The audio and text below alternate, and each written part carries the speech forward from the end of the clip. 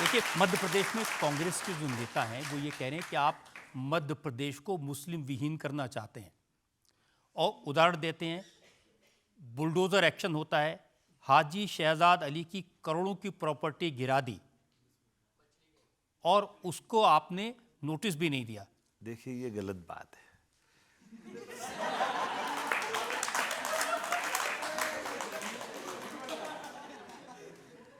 अगर कोई अपराध कर रहा है और अपराध करने के साथ साथ अपने अवैध साम्राज्य खड़े कर रहा है और अवैध साम्राज्य भी सरकारी भूमि पे कर रहा है, तो राज्य का मुखिया क्या करेगा?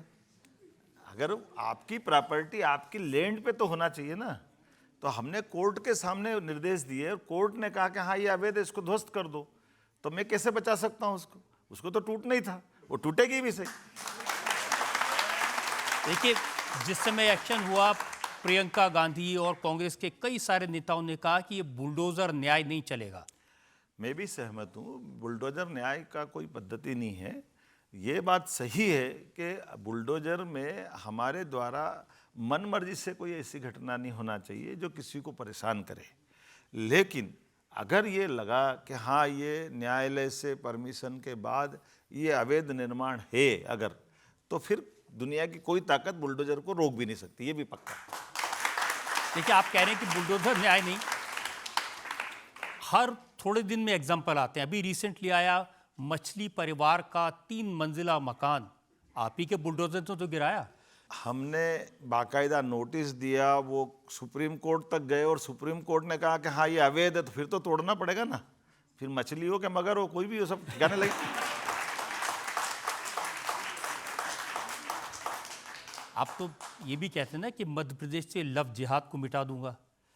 देखो, कोई भी जिहाद हमेशा नुकसानदायक है। जिहाद शब्द का अर्थ ही गलत है, इसीलिए लव जिहाद वालों के खिलाफ भी हमारी सरकार उस विनम्र भाव के साथ ही कि किसी भी अबोध बच्चियों को ले जा करके उनको जाल में फंसाना और बाद में उनकी ज़िंदगी नर्क कर देना, ये हम में से कोई बर्दाश्त नहीं कर सकता। निश्चित रूप से इस प्रकार इस बात को लेकर के अखिलेश यादव कई बार कमेंट करते हैं, वो कहते हैं मोहन यादव को इस रास्ते पर नहीं जाना चाहिए। वो कभी बात करेंगे तो मैं उनको बता दूंगा कि गलत क्या है और सही क्या। अच्छा नहीं लगा ना, उनको मालूम नहीं होगी इसलिए उन्होंने बोल दिया होगा। नहीं, आपकी पार्टी के लोग उनको नमाजवादी कहने लगे हैं आजकल। मेरे द्वारा तो नहीं, मैं तो इस बात के लिए इतना ही कहना चाहूँगा कि अगर कोई कानून तोड़ता है और कानून के नियम के अनुसार उस पर कार्रवाई होना चाहिए, तो मध्य प्रदेश सरकार सदैव कानून के साथ खड़ी रहेगी, ये पक्की बात है, इसमें कोई शंका नहीं। लेकिन जब आप उत्तर प्रदेश जाते हैं तो आपने कहा कि एक एक आवाज़ छाती में गोली की तरह लगती है।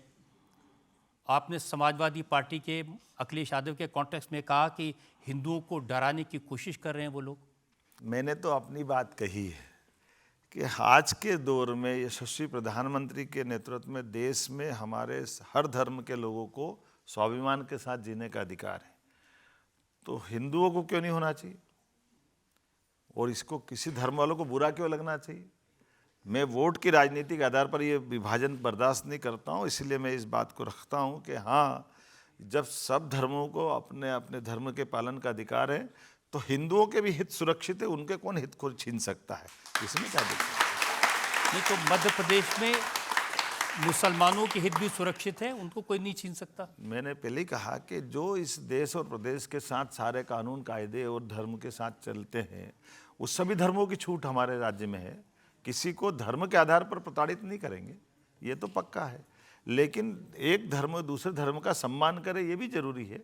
इसलिए परस्पर ये एक दूसरे की संबंधों पे निर्भर करता है। सरकार तो समान रूप से अपने संवैधानिक दायित्व का निर्वहन करती है। आप अपनी पार्टी और अपने बारे में अपने विरोधियों को क्या कहना चाहेंगे? जियो और जीने दो।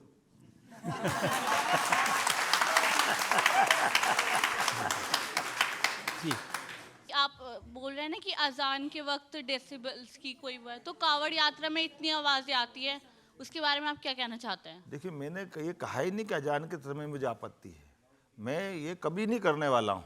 लाउड स्पीकर मैंने ये कहा कि लाउड स्पीकर और डीजे, इनकी सबकी एक जैसी आवाज़ सुप्रीम कोर्ट का निर्णय है जी। ये धर्म के साथ नहीं जोड़ा है।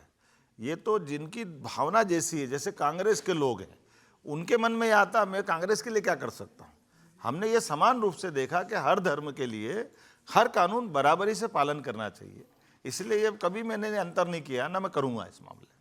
जो बीजेपी जो ये कर रही है, राजनीति कर रही है, वो सांप्रदायिक कर रही है, धर्म के नाम पे कर रही है, तो ये चीज़ नहीं होना चाहिए। मतलब समाज को लेकर के चलना चाहिए, हर वर्ग को लेकर के चलना चाहिए। इस पे as a OBC, as a Yadav आप क्या समझ? आप बताइए, भगवान राम के मंदिर के मसले पर कांग्रेस की तत्कालीन केंद्र सरकार ने चुनी हुई राज्य सरकारों को बर्खास्त कर दिया था, और भगवान राम के मसलों को लेकर कितनी बार देश भर में तमाम घटनाएं हुई। सरकार किसकी थी? कांग्रेस की थी। माननीय मोदी जी की सरकार आई, मोदी जी ने उस सुप्रीम कोर्ट के निर्णय को देश भर में लागू कराया। बताइए पूरे देश में कहाँ कुछ घटना हुई? देश तो वही है। तो हमारी सरकार ये इस प्रकार से काम करती, हम कभी उसको हिंदू मुस्लिम से नहीं देखते, कभी हिंदू मुस्लिम से नहीं देखते। आप और आगे बताइए, हमको मालूम है आप ईरान, इराक, सऊदी अरब, अधिकांश मुस्लिम कंट्री में 3 तलाक को लेकर के कभी भी ऐसी बहनों के साथ नौबत नहीं थी, लेकिन कांग्रेस ने तो सुप्रीम कोर्ट के निर्णय को बदल दिया। ये कांग्रेस का दृष्टिकोण है, केवल वोट बैंक के कारण से। हमारी बहनें आज बताइए, मेरी अगर बहन विवाह करके घर जा रही है और 1-2 साल बाद 1 बच्चा 2 बच्चा उसका हो गया, और वो कहेंगे तलाक तलाक तलाक, तो वो बेचारी बेटी का क्या जाएगा, उसका क्या होगा? उसकी ज़िंदगी तो नर्क हो जाएगी। मुझे गर्व है सुप्रीम कोर्ट के 40 साल पुराने निर्णय को भी माननीय प्रधानमंत्री जी ने लागू किया।